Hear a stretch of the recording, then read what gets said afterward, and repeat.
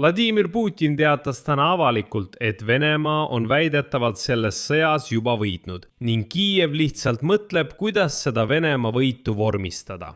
Seetõttu teatas Vladimir Putin, et ta juba teab, millega ja millal see sõda lõpeb.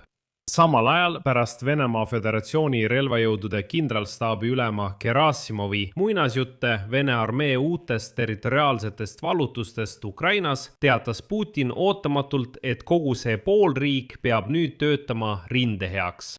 Ta lisas, et Kreml jätkab niinimetatud turvatsooni loomist Ukraina piiril ning kõik erioperatsiooni eesmärgid saavutatakse. Kuid samal ajal Venemaa nafta ekspordimahud. Venemaalt pärit nafta eksport kukkus kokku, Tuapse naftatöötlemistehas seiskus pärast rünnakut täielikult ning Tuapse sadama põlengute suits on juba 300 kilomeetri pikkune. Aga Putinil on põhimõtteliselt kõik plaanipärane ja kõik on hästi. Minu nimi on Aleksei Petši, arutame seda teemat koos. Aga enne kui alustame seda saadet, palun tellige kanal, pange like, kirjutage ükskõik milline kommentaar ja kindlasti liituge minu Telegrami kanaliga Petši News. Selle link on selle video kirjelduses. Niisiis, kiilakas arusaamatus. Vladimir Putin teatas, et teab, kuidas lõpeb Venemaa sõda Ukraina vastu. Tema arvates mõtleb Ukraina juhtkond praegu lihtsalt sellele, kuidas vormistada Venemaa võit. Kremli propagandistid teatasid täna, et Putin pidas läbirääkimisi Nižni Novgorodi linnaduuma esimehe Jevgeni Tšentsoviga. Ja tema väitis, et keegi ei kahtle tulevases võidus. Isegi vaenlane ehk Ukraina ei kahtle Kremli tulevases võidus. Putin nõustus selle kommentaariga ja lisas, tsiteerin, seal Kiievis mõeldakse lihtsalt, kuidas seda kõike vormistada. Eks näeme. Pealegi on sõjategevus alati keeruline ja ohtlik asi.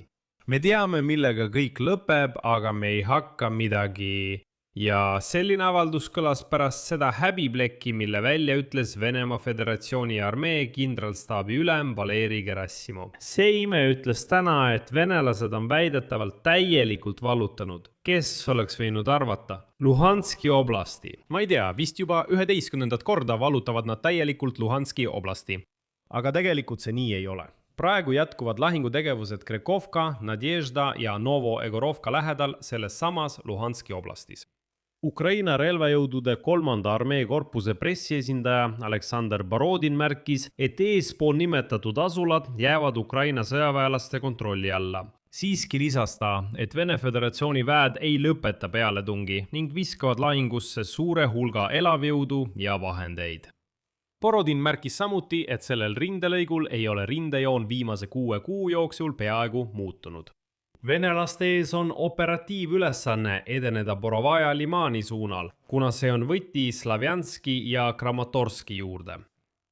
Aga nagu sellest häbist oleks veel vähe, lisas Gerassimov veel, et venelased olevat taas kord vallutanud Kupjansk, Uzlovaja, Harkivi oblastis ning Saporiise suunal pidavat väidetavalt käima tänavalahingud Orehovo ja Saporožetsis. Aga siin on probleem. Isegi avalikest kaartidest on näha, et Orehovani on rindejoonest veel mitu kilomeetrit, nagu ka Kupjansk Uzlovajani Harkivi oblastis. Praegu pole seal isegi niinimetatud hallitsooni, aga Gerassimovi sõnul on nad need alad juba vallutanud. Aga venelastel on kõik nii suurepärane, kõik on nii hästi, et täna kutsus Vladimir Putin kõiki venelasi rinde heaks töötama. Kiilakas diktaator Volodka Putin teatas, et niinimetatud suure isamasõja ajal töötas kogu riik rinde heaks ja nii peab olema ka praegu. Edasi, vabandage, tsiteerin seda haisvat Volodka Putinit. Suure isamasõja ajal töötas kogu tagala rinde meie sõdurite ja meie kaitsjate heaks. Aga ei tehtud ainult tanke, lennukeid, kahureid ja mürske. Sest kõige raskematel suure isamasõja kuudel, külmadel 1941 ja 1942 aasta talvekuudel, just nagu praegu, kudusid lapsed, vanaemad ja naised sokke, saatsid rindele pakke ja kingitusi. Just selles ühtsuses peitubki meie võitude edu. Nii saab olema ka nüüd. Putin lisas veel, et Kreml jätkab niinimetatud turvazooni loomist Ukraina piiril ning kõik niinimetatud erisõjalise operatsiooni eesmärgid saavutatakse. Veel üks tsitaat. Me teame, millega kõik lõpeb, kuid me ei hakka selle kohta avalikke avaldusi tegema, vaid lihtsalt viime ellu ja püüdleme nende eesmärkide poole, mille oleme endale seadnud. Ja siin teate, kui venelastel oleks kas või natukenegi aju, siis nad ilmselt küsiksid endalt, oot, kas meie seadsime need eesmärgid või sina isiklikult, Volodja Putin, seadsid need? Aga kuna venelastel sellist ajugi pole, siis loomulikult nad selliseid küsimusi endale ei esita. Sest orjadele öeldi, et minge surema Volodja Putini eest ja orjad lähevadki surema Volodja Putini eest ja loomulikult ei hakka nad sellele kuidagi vastu. Ja nüüd Bloombergi agentuuri Kremlile lähedaste allikate sõnul.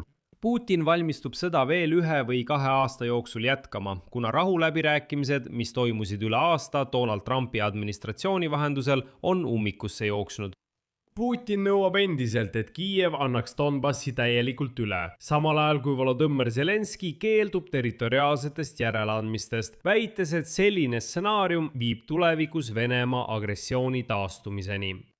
Nagu Bloombergiga rääkinud allikad väitsid, kavatseb Kreml alustada uut pealetungi, et võtta sõjalise jõuga kontrolli alla territooriumid, mille ta annekteeris 2022 aastal. Siiski on olulised edusammud rindel.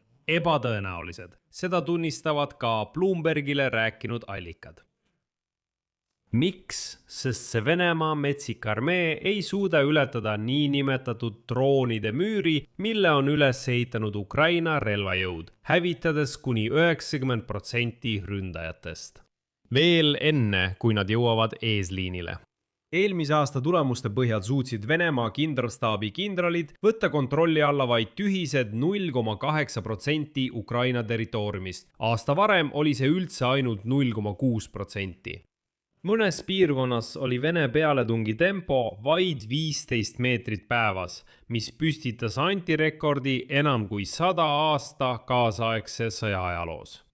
Ja siin märgin ära, et sõjategevuse jätkudes valmistab Kreml ühiskonda ette uueks niinimetatud osaliseks mobilisatsiooniks. Sellest kirjutasid juba veebruaris Ameerika Sõjauuringute Instituudi eksperdid.